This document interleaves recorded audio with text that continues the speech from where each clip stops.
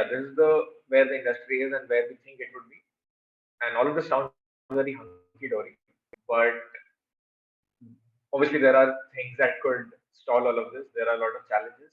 So what are these challenges? Let's talk about them. And I think this would be of most interest to all of you because I believe a lot of you are solvers and you are looking to solve problems, looking for interesting problems to solve. So I would divide the challenges into a few categories. The first one would be supply chain. Second would be safety. And I would have put safety first even a couple of months ago, but as things stand now, I think supply chain has to be at the top. I'll explain why. Then you have performance, infrastructure, environmental impact, and talent. So now let's look at these one by one. Supply chain. So when I talked about price decreasing rapidly, I somewhat lied a bit or played around with the truth. So 2022 is the first year in decades that we're expecting the battery prices to rise. And that is bad news in terms of adoption. Why is that happening? That is happening because the materials that go inside the battery, the price is increasing rapidly. And lithium, for example, the price on standard exchanges grew around 5x in the last 1 year itself. Cobalt prices have increased by 2x, and nickel prices, I don't know, have increased by how much. It's been crazy, and you don't typically see this kind of an increase in any. I mean, it's a Bitcoin level kind of volatility that we have seen in nickel in the last month or so, especially because of the war in Russia. Uh, so, and if you look at the prices, this graph, it's just increasing by like unimaginable numbers. So, and why does this matter? So, nickel, manganese, nickel, lithium, cobalt are all materials that go inside the cathode of a battery, of a cell, and lithium also is travels through the electrolytes, the ion that sort of conducts the electricity inside it. So remember I talked about LFP and NMC. LFP was lithium ferrophosphate, or the one chemistry which had iron and phosphorus, and it held lower energy, but it could last longer. NMC has higher energy, but it lasts relatively shorter. But NMC, as it turns out, is the energy density is important for high traction applications. For example, if you want to build a high performing electric car, uh, it would be very hard to do it with LFP. It won't be impossible. People are doing it, and Tesla is moving towards LFP based chemistries. But it's much easier to do it with NMC because the energy densities are like 1.5 to even 2 times higher. So, which means that the current distribution of different chemistries, NMC is sort of dominant one, and uh, inside a cell, typically a quarter of the weight is cathode, and but it accounts for around half the price. And if the price of the material that goes into making that cathode increases, the overall price of the cell starts to increase. And you can hold off your margins for a while, but at some point, manufacturers will start to increase the price of cells. Consequently, price of batteries will increase, and it will cascade to increasing prices of electric vehicles or increasing price of energy storage. So this will have consequences in terms of adoption. So this is an interesting challenge. How do you, one, secure supply of lithium, nickel, cobalt? And this is why if you remember the first slide, all the different announcements by different governments, this is what they're trying to do. And this is the first part. And you're also seeing automakers invest in mines. So BYD, which is a Chinese battery maker, is invested in mines. Tesla is invested in mines. And I would go on to say that any automaker that doesn't invest in mines is probably going to die off in the next 10 years, or it won't, it will be left behind. And the second important factor over here is geopolitics. So a majority of the world's cells and batteries come from China, and a majority of the world's lithium supply is actually controlled by China. Lithium processing capacity is in China or controlled by Chinese companies in different parts of the world like Chile or Indonesia. And the problem there is that uh, it's not just geopolitics, it's also that China will first look at their own energy security needs. And if there is a high increase in price or any volatility in the market, China would probably ban the sale of lithium or probably put some restrictions on it. And that would mean a lot of trouble for the rest of the world. So, yeah. So, how do you work around it? You'll need to secure your own supplies for crucial materials for the battery. And that is again a very interesting problem. I'll talk about how we are doing that at Lohum at the end. So, this was about the supply chain. Now, the next important factor, which is safety. And I would have put this at the highest a couple of months ago, and I think it still should be at the top. That's debatable, but this is one of the most important factors. So remember, if you remember the schematic I had shown, where you had an anode and a cathode and an electrolyte.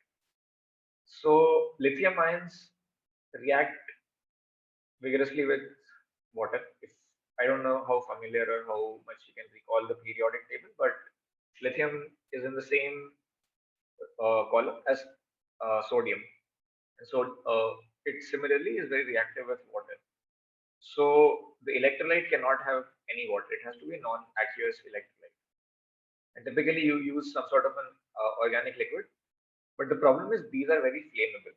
So what happens is that uh, if there is some short circuit or by any chance there is a flicker, and if the protections are not very well put inside the battery, there is a chance that it can catch fire.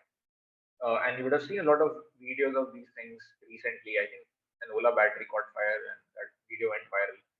And this happens to the best of the lot. It's not just Ola, even Tesla cars catch fire.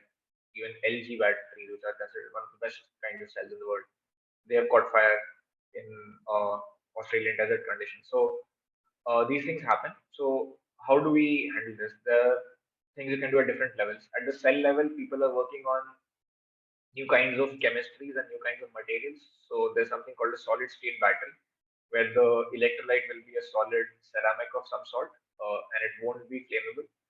And that is the holy grail of lithium-ion batteries, so to say. And there's a bunch of companies and research labs working on it. There's a company called QuantumScape that just raised $1 billion in funding, not valuation, but funding, to commercialize this technology. There's a couple of companies in Europe as well, and some in China. So there's a lot of work happening on solid state technology. And apart from this, there are a lot of other kinds of technology that people are exploring. LFP, for example, is somewhat safer, but the energy densities are lower. So people are also working on increasing the energy density of LFP by doping it with some other kinds of material. So there's a lot of interesting work happening over here. So these are the cell level. Then at the battery level, uh, you can have different kinds of controls. You can have a good thermal management system so that temperatures don't rise beyond a certain point. So you can have thermal insulation. You can have different kind of cooling mechanisms, and you can then have some sort of an intelligence in the battery management system. That again becomes an interesting electronics slash computer science problem. How do you predict when a battery is going to go bad? How do you manage the currents or the voltages such that this doesn't happen? So that it's sort of a control system problem, but involves it's a very multidisciplinary way to handle it. And then again, how do you make the extrusion such that even if there is an incident, it doesn't blow up? Can you just flood that with some sort of like typically you use nitrogen to basically douse these fires. So is there some way to do that within a battery, or can you use some sort of insulating material that doesn't catch fire? So there are a lot of interesting problems here across different fields. And most importantly, I would say non-technically, I would say the biggest opportunity here is probably in PR, because every time a battery catches fire, it's a huge disaster for any company. But uh, it's not that lithium-ion batteries are especially flammable. If you look at normal vehicles, they tend to catch fire equally as well. But it's just that there's a lot of media attention on this. Then we come to performance. So as I talked about lithium, LFP and NMC. So different kinds of chemistries are performance, different kind of performance. How do we basically get rid of the trade-offs and make batteries better in terms of how much capacity they can hold, how long they can last, how many times they can charge, how easily they can charge, how fast they can charge, how they can work in different kinds of conditions. So there is a lot of scope for innovation here, both at the cell level as well as the battery pack level. Uh, and then you have infrastructure. So you need to first of all provide chargers everywhere. So how do you do that so that people don't have range anxiety? If you're traveling from say Delhi to Jaipur, you shouldn't fear that your battery will give like die off in between, or and even longer. So let's say you're traveling from Delhi to Mumbai. How do we make sure that in between you can charge your batteries at a convenient time without having to basically stop your journey for a long duration? And then the most importantly, how do we reform the grid? Because if you remember the original graph around electrification, the total energy consumption in the form of electricity is going to increase by multiple folds.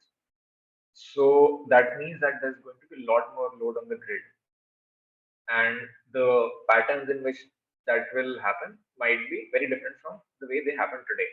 So you might have buses that are charged at charge at night and then get discharged during the day. So it means that the total consumption might increase at night. Typically, night times are when the consumption is lower. So there is a lot of interesting problem around that as well. How do you make grid ready for the electrification process? And then environmental impact. So we are all here because we care for the environment, and lithium-ion batteries are popular renewable energy sources are gaining steam because they are uh, supposedly cleaner. But even so, there is a very significant environmental impact of the lithium-ion battery industry. There is lithium, for example, is very hard to mine, and it requires a lot of water. So if you look at some of the pictures of mines in Latin America, the Atacama Desert is flooded with brine that has been extracted from under the ground, and typically it takes around a few 100,000 gallons of water to produce just 1 ton of lithium. And if approximately you will require 2 to 3 gallons of water to produce a lithium-ion battery that can be used inside your phone. So even though these batteries are much more efficient than other sources of power, but their initial cost of manufacturing is quite high. So that is amortized over a long enough period of time, and it is lower than that of a typical hydrocarbon-based device, but it's still quite high. So how do we reduce that?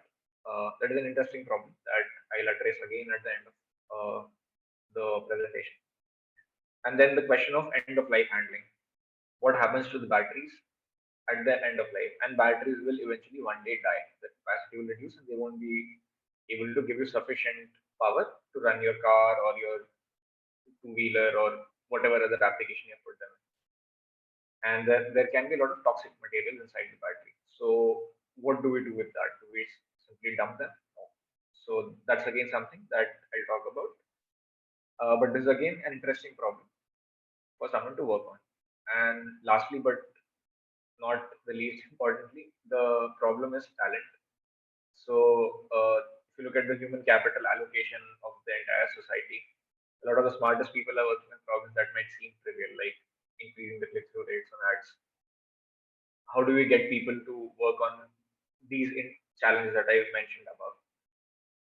That is a massive opportunity. I would say that's a good HR or recruitment opportunity. How can we lure people into working into these interesting challenges, challenging